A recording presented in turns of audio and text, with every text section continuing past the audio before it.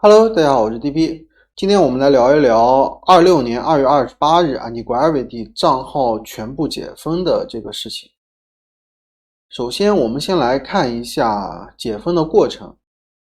时间来到2026年的2月26日，也就是差不多2天前，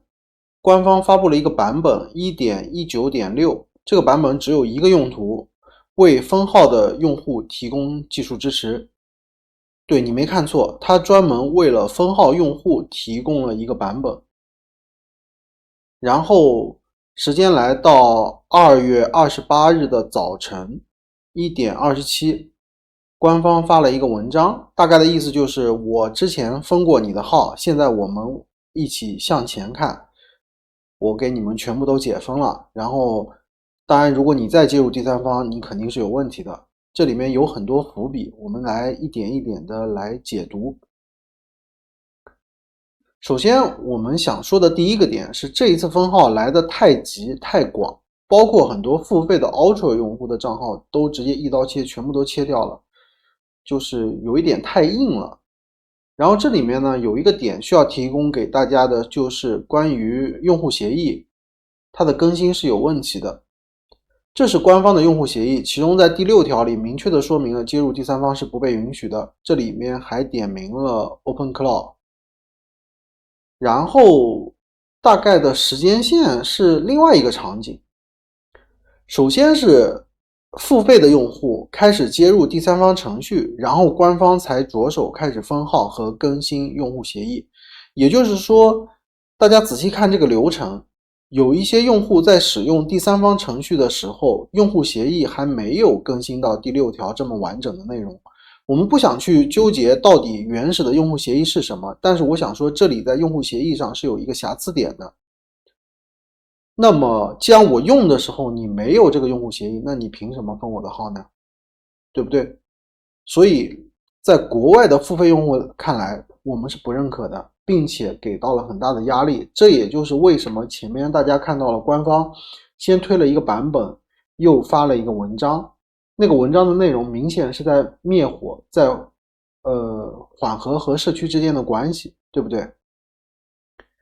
如果到这里为止，你发现你的账号还是没有办法使用 Antigravity， 可以用下面这个邮箱来发个邮件试试，至少官方的文章里是这样说的，包括用户协议。然后最后有一个提醒的点是，如果已经退费了的订阅需要重新购买，这里包括学生的 Pro。 好的，我们来做一个比较简单的总结。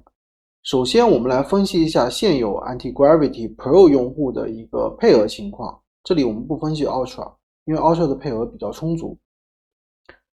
首先 Cloud 的配额已经可以用少的可怜来形容了。然后呢Gemini 3.1 Pro 是勉强够用的，然后Gemini 3 Flash 是比较充足的一个配额，但实际上我们在编程过程中很少会使用3 Flash。然后我前2天做了一个比较高强度的 UI 设计工作，我用的是 Antigravity 里面的 Gemini 3.1 Pro High 这个模型，真的是勉强够用，不像以前我用完了到5个小时它还会剩很多，这个到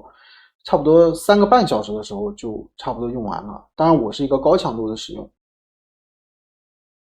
好的，提到这里不得不提来自 Codex 5.3 的压力。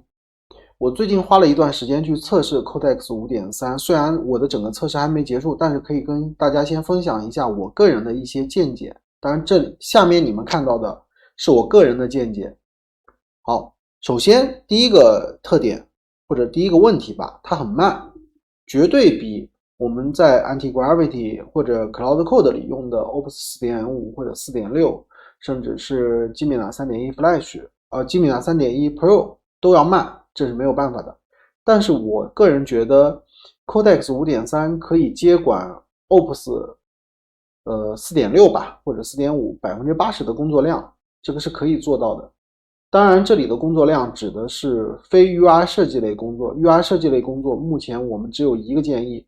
让 Gemini 3.1 Pro High 来做，没有任何额外的推荐，真的不一样。然后额外付出的成本就是我们的用户需要适应新的工作习惯，因为 Codex 的工作流程和Cloud Code 跟 Antigravity 都是完全不一样的，这个工作流程需要我们去适应一下。然后最后给一个中肯的建议是，珍惜你的 Antigravity Pro 套餐Pro 订阅，目前仍然有使用场景和价值，我不认为有弃用或者说有完全的替代的场景吧。OK，这就是这期视频关于 Antigravity 在2026年2月28日对所有分镜账号进行解封视频的全部内容。如果这期视频对大家有帮助，请帮忙点赞和转发。如果你有相同的经验想要分享或者遇到相关问题，欢迎留言。我是 DP，祝大家2026万事大吉。